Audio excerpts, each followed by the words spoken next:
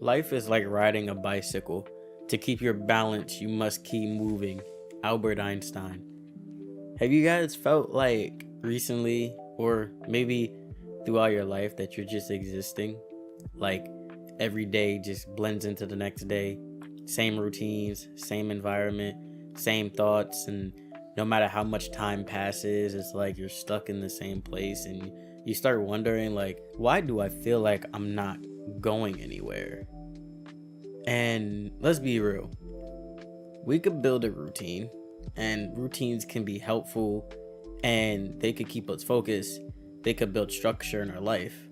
But when the routine starts to get into repetition without a purpose, that's when it gets dangerous.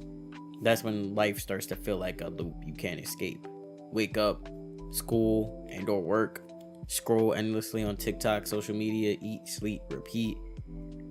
Add working out in there too, like it's a pattern, but it also can be a prison because you start to question yourself. Am I doing enough? Am I falling behind? Is it what I'm meant to do? And that mental spiral gets exhausting because it's not just the physical routine, it's the emotional one too. Feeling unmotivated, feeling like your efforts aren't enough, feeling invisible even to yourself.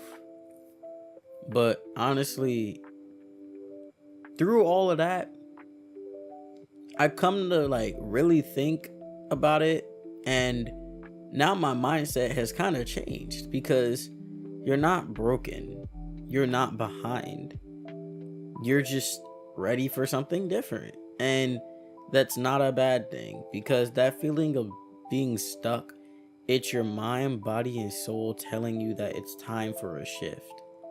Because we're not meant to stay in the same place forever, physically or mentally. And change is scary, but being stagnant is way worse. And you don't have to wait until you've hit rock bottom to realize that. Because honestly, for me, I really started to just break the cycle. And it wasn't an overnight epiphany like, wow, I need to do this. And over time, I just started realizing that I just needed to make small shifts in my life and realize how I was spending my time. Because I used to eat out a lot. Like, a lot of my time was spent door dashing stuff, or a lot of my time was spent like, all right, let me just go out and go get food instead of cooking. And that convenience is nice, but cooking helped me to learn a new skill, you know? I got to eat more healthier. I got to cook things that I wanted. I got to learn how to cook. And I would have that feeling that a lot of the stuff that I was cooking wasn't good, but me and my dad would both eat it together and we got to spend some more time together. And that quality time is something that I didn't really do a lot when I was eating out. And I started feeling better just cooking, you know? And I also started going out alone, you know? Something that I usually don't like doing, you know, going to movies, going to events, going to Greek life activities by myself. And it's awkward, but it was freeing because I was living for me and not waiting for somebody else to basically dictate my life. I started doing things for myself. Yesterday, I was out all day and I basically brought my laptop with me, and the one thing that helped me do was get back into coding again and making games that I, enjoy making. And if it wasn't for me making that decision to bring my laptop and to go out alone, I wouldn't have started on that project. And that comes with building that schedule or just building that confidence to be able to go out alone, to do things alone. And like I said, to live for yourself and not wait on other people to come and essentially just bring you outside, you know?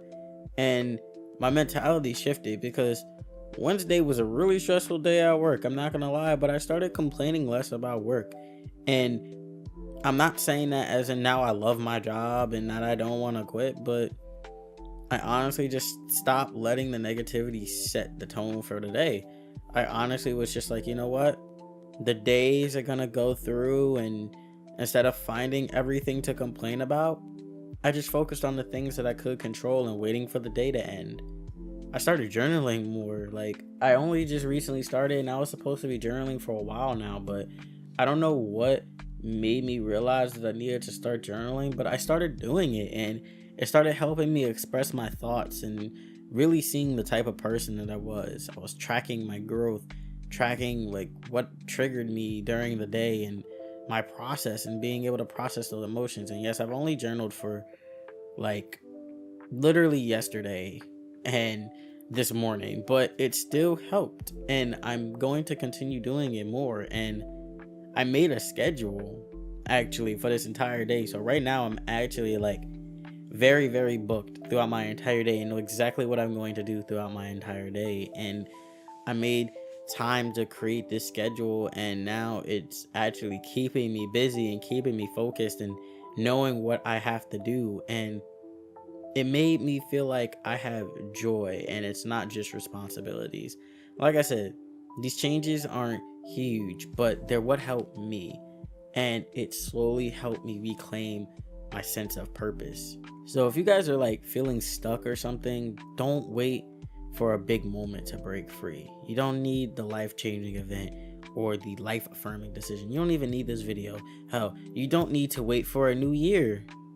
You don't need to wait for 2026. I seen a post actually by Keon Henderson. He's a really good pastor, and the post really showed me in perspective 2025 literally just started, because the post said something about how like the year just started and 2025 isn't over, and it literally showed all the months that are left in 2025 were only in March.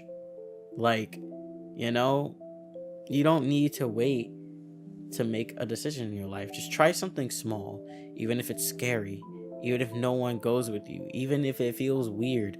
Take a new route home. I actually did that. I started taking the no toll routes home, and it saved me money, honestly.